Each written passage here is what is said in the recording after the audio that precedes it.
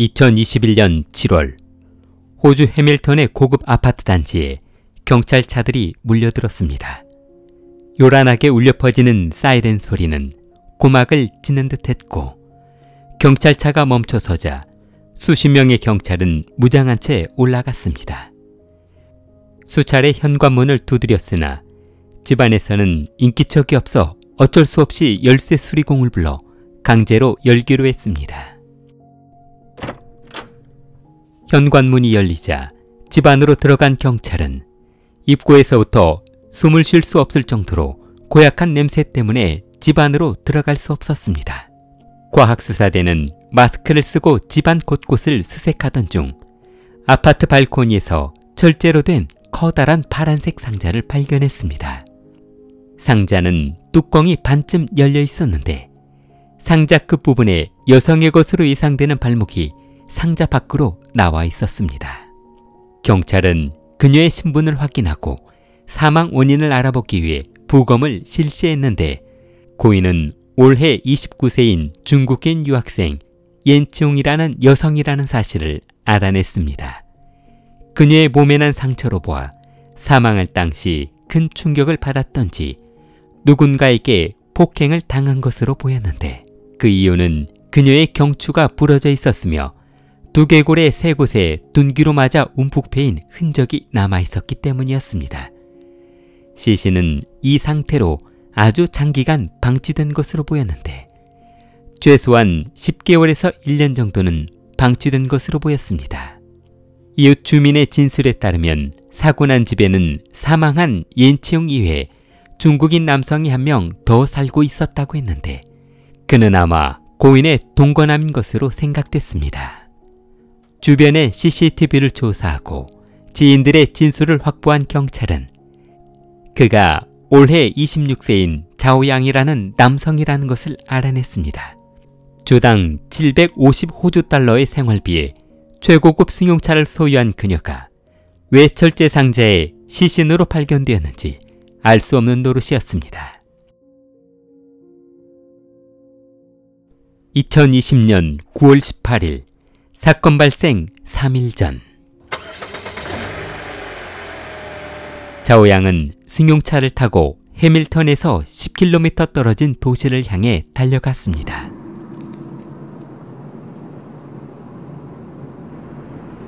대형 공구마트에 도착한 자오양은 한참 물건을 구경하고 있었는데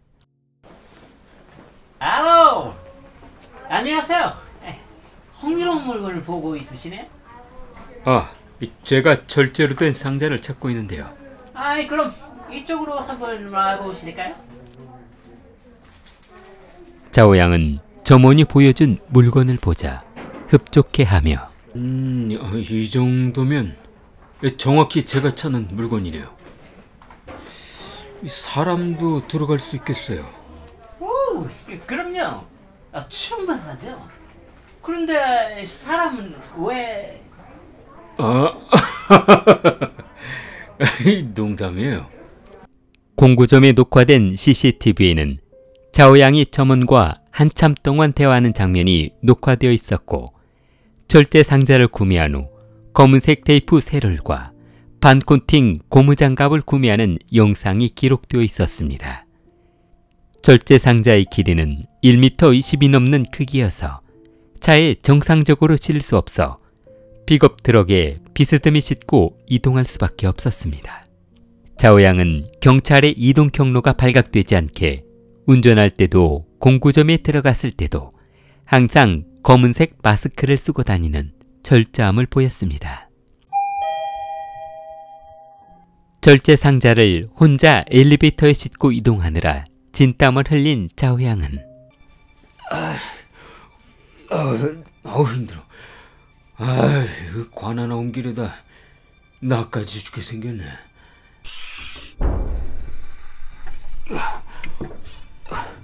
이렇게 넣으면 되려나? 발이 나와서 뚜껑이 안 닫히는데. 이 세로로 놓자니 모서리에 걸리고 가로로 놓자니 문이 닫히지 않고 이거 미치겠네. 모르겠다. 철제 상자에 옌치용을 넣고 집을 비운 자오양은 얼마 후 경비실로부터 항의 전화를 받았습니다. 여보세요? 그 301호 사장님이시다? 네, 그렇습니다만. 지금 옆집하고 윗집에서 구린내가 난다고 아주 난리도 아니야. 뭐 매주라도 말리는 건 아니죠? 아니에요. 옆집에서 냄새 난다고 그래요? 그냥 난리도 아니랄까. 해결 안 되면 경찰에 신고한다는 거 내가 힘들게 말렸어요.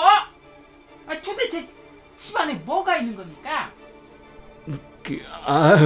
그게 말이죠.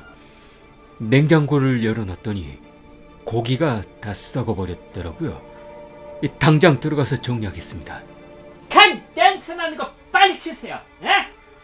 네, 알겠습니다. 그날 오후 집으로 돌아온 자오양은 마트에서 사온 방향제를 집안 곳곳에 뿌리며 환기를 시켰습니다. 그 뒤로 10개월 동안 민원이 들어오지 않도록 매일 방향제를 뿌려주며 관리해 주위에서 문제가 발생하지 않도록 했습니다. 수차례 전화를 해도 통화가 되지 않자 걱정이 된 어머니는 딸에게 화상통화를 걸었습니다. 그러자 만약 옌치용이 계속해서 전화를 받지 않는다면 어머니가 딸에게 무슨 일이 생겼구나 하며 의심할 것이 뻔해 어떤 일이 있어도 어머니를 속일 방법을 찾아봐야 했습니다. 치영아, 너 요즘 무슨 일 있니? 왜 이렇게 전화통화가 안 돼?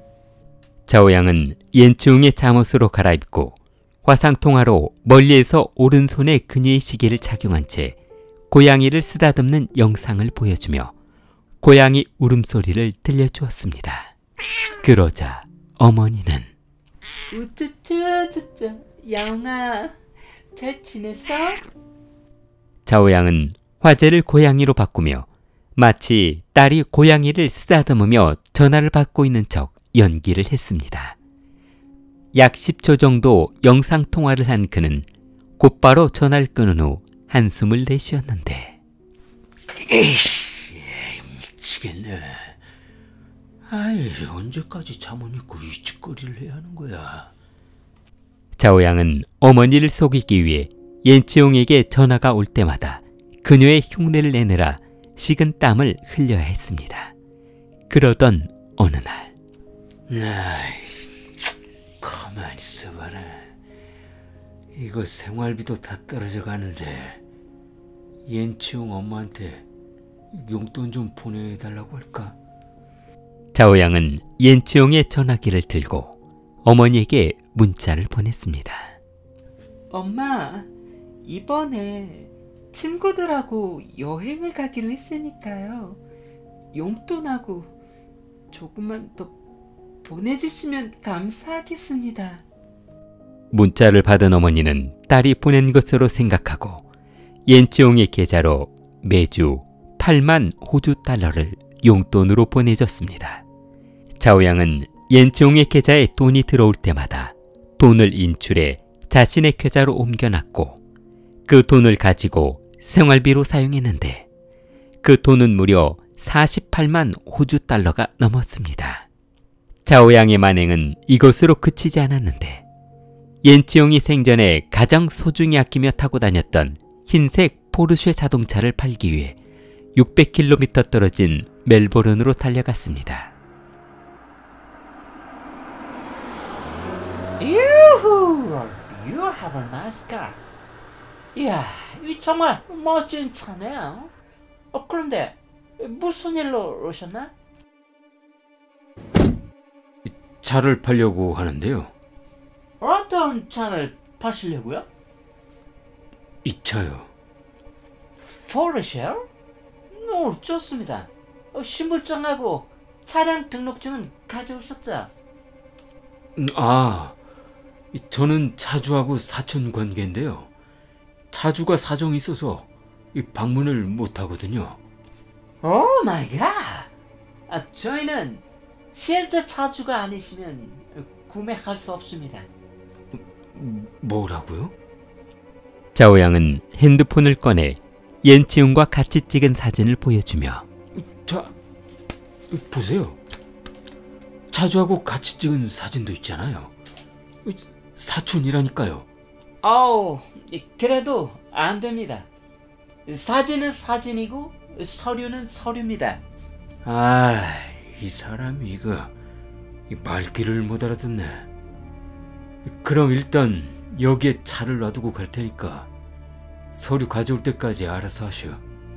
자오양이 사무실을 나가려 하자 그를 막아서며 이건 불법이긴 하지만 그럼 당신이 차를 팔았다는 서류에 서명을 하고 우리는 법적인 책임이 없는 것으로 합시다. 어떻습니까? No problem? 옌치웅의 차를 불법으로 팔아치워 돈을 챙긴 자오양은 카지노와 룸사롱을 들락거리더니 가진 돈을 탕진해 옌치웅이 다니던 VIP 헬스클럽으로 들어갔습니다. 무슨 일로 오셨나요? 저기 헬스장 회원권 취소하려고 하는데요. 못 보던 분들인데 어떻게 오셨죠? 여기 회원 중에 옌치웅이라고. 옌치웅 씨 잘 알죠. 제가 지웅이 사촌 오빠입니다. 지웅이가 아파서 병원에 입원해 있거든요. 아마 앞으로 운동을 못할 것 같아서요. 헬스클럽 사장은 자오양을 빤히 바라보더니 일단 무슨 말씀인지는 알겠는데요. 본인하고 확인해야 하는 절차가 필요하니까 전화 한번 통화해 보겠습니다. 저기 핸드폰에 있는 사진 한번 보시죠. 저 병실에 누워 있어서 전화 받기 어려우니까요. 일단 이 사진 한번 보시죠. 자오양이 옌치웅과 같이 찍은 사진을 보여주자 헬스클럽 사장은 그의 말을 믿으며 그러시네요. 그렇다면 다는 못해드리고 일부 제하고 바로 환불해드리겠습니다.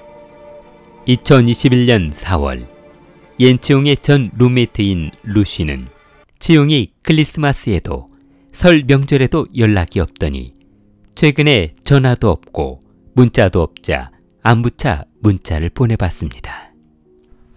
지지배, 요즘 뭐하는데 이렇게 답장도 없고 연락도 없니? 그러자 한동안 답글이 없었던 치웅으로부터 문자가 날아왔습니다. 그런데 치웅이 보내온 문자는 그녀가 보낸 것처럼 보이지 않았고 전혀 처음 보는 어순에 다른 사람이 보낸 문자처럼 보였습니다. 이전부터 전화를 하면 문자로 핸드폰 신호가 터지지 않아 전화통화가 힘들다는 내용을 보내왔던 터라 아무래도 수상해 경찰에 신고했습니다. 경찰은 옌치웅의 행방을 찾기 위해 위챗 계정에 메시지를 보내자 그녀는 나는 괜찮아. 요즘 농장에서 머물고 있어. 인터넷이 잘 안 돼. 라는 내용의 문자를 보내왔습니다. 그러자 경찰은 루시의 진술을 바탕으로 그녀의 실종이 남자친구와 관련이 있을 것으로 판단하고 옌치웅과 동거했다는 남자친구 자오양을 검거하기로 했습니다. 경찰은 유력한 용의자인 동거남이자 남자친구인 자오양을 시드니에서 찾아내 경찰서로 끌고 갔습니다. 그리고 동거녀가 사망한 사실을 알고 있냐고 묻자 전혀 모르는 일이라며 여자친구 사건은 자신과 아무런 관련이 없으니 경찰이 수사하는데 적극적으로 협조하겠다며 도움이 필요하면 언제든 도움을 주겠다고 했습니다. 그러자 경찰은 집안에서 발견된 철제 상자 그리고 방범 카메라에 기록된 그의 이동 경로와 헬스장이며 중고차 시장을 방문해 돈을 마련한 행적을 보여주자 아무런 답변을 하지 못했습니다. 2021년 7월 시드니 경찰은 자오양을 검거했고 범행을 취조했습니다.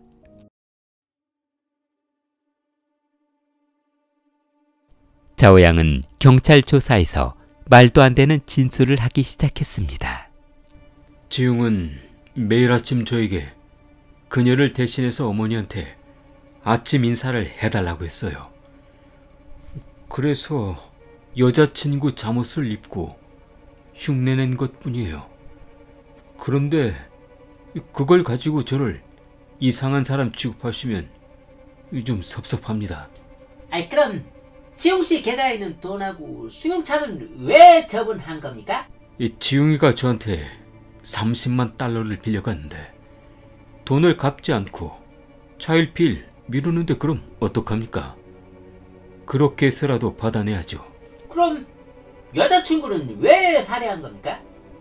사건 당일 전 언제부턴가 갑자기 사후 세계를 알고 싶다고 하더라고요.